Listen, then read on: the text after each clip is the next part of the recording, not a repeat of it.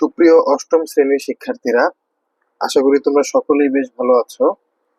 আজকের ভিডিওতে আমি তোমাদের গণিত বইয়ের অনুশীলনী 2.1-এর 3 এবং 4 এই দুইটা অঙ্কের সমাধান করব। এর আগের ভিডিওতে আমি 1 এবং 2 এই দুইটা অঙ্কের সমাধান করে রাখছি, তোমরা চাইলে সেই ভিডিওটাও দেখে আসতে পারো।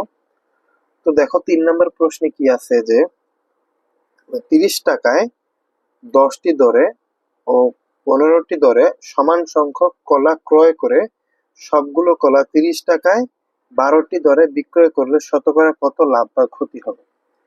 প্রশ্নটা হচ্ছে সেরকম যে তুমি কলা কিনছো, যে এক জায়গা থেকে কলা কিনছো 10টা 30 টাকা, আরেক জায়গা থেকে কলা কিনছো 15টা 30 টাকা। এখন কলাগুলো এনে একসাথে করে সেই কলাগুলো আবার মিক্স করে, মানে একসাথে করছো, ধরো 30 টাকায় 10টা 30 টাকা এক জায়গা থেকে কিনছো, আরেক জায়গা থেকে 15টা 30 টাকায় কিনছো। এখন তুমি এগুলো কিনে এনে সেগুলো তুমি 30 টাকায় 12টা করে বিক্রি করছো। এখন এতে তোমার কত লাভ বা ক্ষতি হবে সেটা নির্ণয় করতে বলছে। তো আশা করি তোমার প্রশ্নটা বুঝতে পারছো। এবার চলো এটার আমরা সমাধান করি।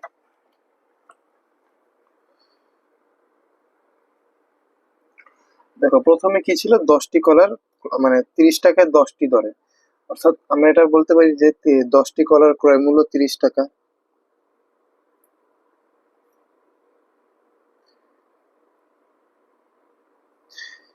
দশটি কলার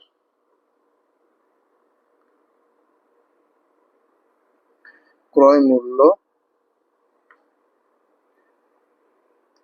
30 টাকা। 10টি কলার ক্রয় মূল্য 30 টাকা হলে একটি কলার ক্রয় মূল্য হবে কত, ভাগ হবে 30 ভাগ 10 টাকা, অর্থাৎ 3 টাকা। যদি 30 টাকায় 10টি দরে হয় তাহলে এক একটা কলার দাম হবে 3 টাকা করে। আবার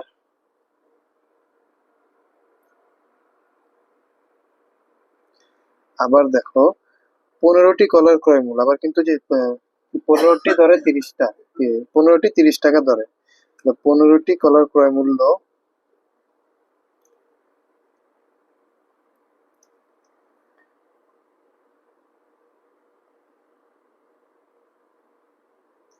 15টি কলার ক্রয় মূল্য এখানে 30 টাকা। তাহলে সুতরাং একটি কলার ক্রয় মূল্য ভাগ হবে 30 ভাগ 15। 15টি কলার ক্রয় মূল্য 30 টাকা হলে একটি কলার ক্রয় মূল্য কম হবে, তাই ভাগ 30কে 15 দ্বারা ভাগ, তাহলে হবে 2 টাকা। অর্থাৎ আমি যদি 10টি করে কলা আনি তাহলে এক একটা কলার দাম 3 টাকা, আর যদি 15টা করে কলা আনি 30 টাকা, তাহলে এক একটা কলার দাম পড়বে 2 টাকা। তাহলে আমি দুই জায়গা থেকে কলা আনছি। এই জায়গা থেকে যদি একটা কলা যে লোক আমার কাছে 10টায় কলা বিক্রি করছে 30 টাকা, সে আমার কাছে এক একটা 3 টাকা করে রাখছে। আর যেখান থেকে আমি 15টা কিনছি সেখানে এক একটা কলার দাম 2 টাকা করে পড়ছে। তাহলে এভাবে আমি লিখতে পারি না, এখান থেকে একটা এখান থেকে একটা, 1 যোগ 1 বা দুইটি কলার ক্রয় মূল্য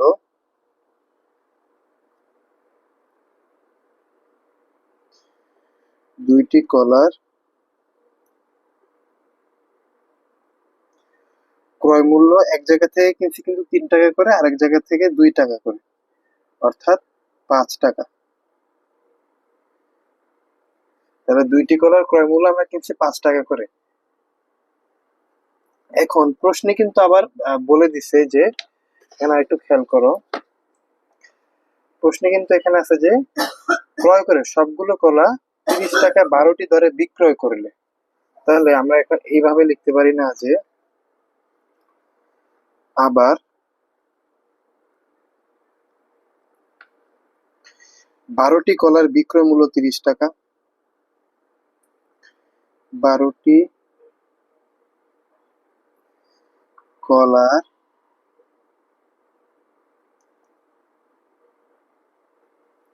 বিক্রয় মূল্য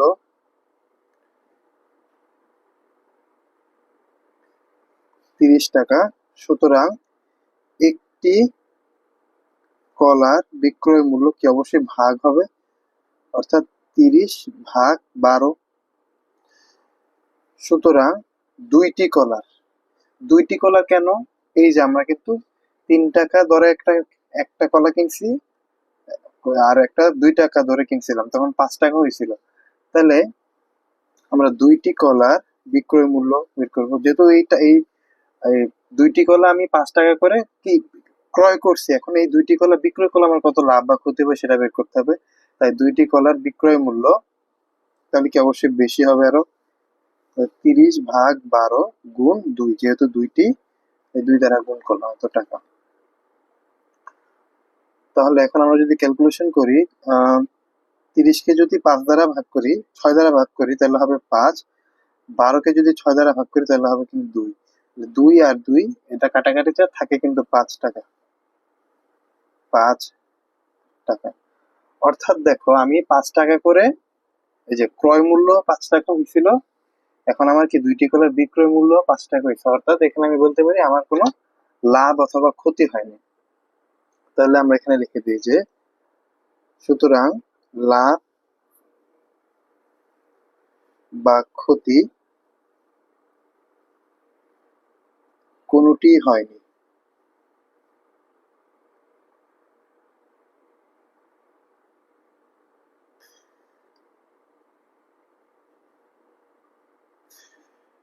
তো এটা হইতেছে এই 3 নাম্বার প্রশ্নের সমাধান। তো আশা করি তোমরা 3 নাম্বার প্রশ্নের উত্তর বুঝতে পারছো। এরপর দেখো 4 নাম্বার প্রশ্নে কি আছে, যে বার্ষিক মুনাফার হার 10 টাকা 50 পয়সা হলে 2000 টাকার 5 বছরের মুনাফা কত হবে। অর্থাৎ তুমি কোনো ব্যাংকে 2000 টাকা রাখছো 5 বছরের জন্য, তোমাকে ব্যাংক থেকে মুনাফার হার দিয়েছে 10.50 টাকা। তাহলে 5 বছর পরে তোমার মুনাফা কত আসবে, অর্থাৎ এক্সট্রা কত টাকা আরো আসবে সেটা জানতে চাইছি। এই অঙ্কগুলো করার জন্য আমাদের কিছু সূত্র লাগবে, এই সূত্রগুলো আমরা একে একে দেখবো। যখন যেই ম্যাথ দেখবো এই ম্যাথের জন্য আমরা সূত্র দেখে তারপর এগুলোর সমাধান করবো। তো দেখো 4 নাম্বার প্রশ্নে, আচ্ছা 4 নাম্বার প্রশ্নে কি কি দেওয়া আছে সেটাকে লিখে নি। যে দেয়া আছে,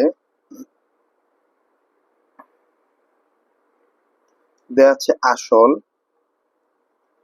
আসলটা কইতেছে যে টাকাটা তুমি ব্যাংকে রাখছো, অর্থাৎ সেখানে প্রশ্নে কিন্তু 2000 টাকা দেওয়া ছিল, এবং আসলকে পি দ্বারা প্রকাশ করা হয়। আসলকে পি দ্বারা প্রকাশ করা, এটা তোমার তো মাথায় রাখবা। পি হইতেছে 2000 টাকা, 2000 টাকা মুনাফার হার,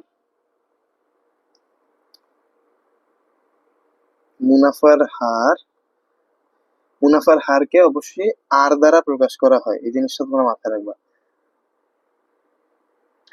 10.50% হবে মুনাফার হার, হার কিন্তু অলওয়েজ পার্সেন্ট হয়, এটা একটু খেয়াল রাখবা। পার্সেন্ট না দিলে কিন্তু তোমার অঙ্কের মিনিং চেঞ্জ হয়ে যাবে। তাহলে 10.50%, এই পার্সেন্টকে আমরা কিন্তু লিখতে পারি, যে পার্সেন্ট ইকুয়াল আমরা লিখতে পারি 1/100। তাহলে যেহেতু এর সাথে পার্সেন্ট আছে, তাহলে আমরা লিখবো যে 10.50/100, এভাবে হবে। যতগুলোই হার লেখো না কেন, আর যদি প্রশ্ন একবারে দেওয়া থাকে যে এইভাবে দেওয়া থাকে তখন দেওয়া থাকবে, আর যদি না দেওয়া থাকে এই পার্সেন্ট লিখে তোমরা যত থাকবে তার নিচে 100 দিয়ে দিবা, পার্সেন্টটা উঠে দিই, অর্থাৎ এত টাকা। এবং সময় দেওয়া আছে কত, সময়কে এন দ্বারা প্রকাশ করা হয়, সময় ছিল 5 বছর, সময় দেওয়া ছিল 5 বছর। এখন আমরা জানি, আমাকে প্রশ্নে বলছিল কিন্তু মুনাফা বের করতে, মুনাফা কত হবে। আমরা জানি মুনাফা,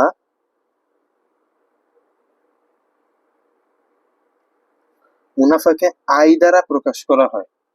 মুনাফা I equal P R N, মুনাফাকে আই দ্বারা প্রকাশ করা এবং I equal P R N, এটা কিন্তু সূত্র। এরকম আরো কিছু সূত্র আছে এই অনুশীলনীতে, সেগুলো আমরা যখন যে ম্যাথটা করব তখন আমরা এই সূত্রগুলো নিয়ে আলোচনা করব। I equal P R N, অর্থাৎ মুনাফা সমান সমান আসল, আসল গুণ মুনাফার হার গুণ সময়। তাহলে আমরা মানগুলো জাস্ট বসায় দিই, কত আছে, পি এর মান কিন্তু 2000 গুণ আর এর মান, এই যে দেখো আর কত, এই যে এত 10.50/1000, সরি 100। আর এই যে পি সমান সমান 2000 টাকা ছিল, প্রশ্নে দেওয়াই ছিল এটা। 10.50 ভাগ 100, এবং এন দেওয়া ছিল কিন্তু 5 বছর, মানে এন মানে সময়, সময় দেওয়া ছিল 5 বছর, তাই গুণ 5। এবার দেখো আমরা 2000-কে যদি 100 দ্বারা কাটাকাটি করি তাহলে কিন্তু হবে কত, 20। এবং তোমরা যদি ক্যালকুলেটরে 20 গুণ 10.50 গুণ 5 একবারে উঠাও, তাহলে কিন্তু অ্যান্সার আসবে 1050। মানে ক্যালকুলেটরে উঠালে এটা ক্যালকুলেশন করলে হবে 1050 টাকা। অর্থাৎ 5 বছর পরে তুমি যখন ব্যাংক থেকে টাকাটা উঠাতে যাবা, তখন তোমাকে মানে মুনাফা দেওয়া হবে 1050 টাকা। মানে তুমি 2000 টাকা তো পাবাই, সাথে এই 1050 টাকা মুনাফা পাবো, অর্থাৎ এটা এক্সট্রা পাবা। তাহলে সুতরাং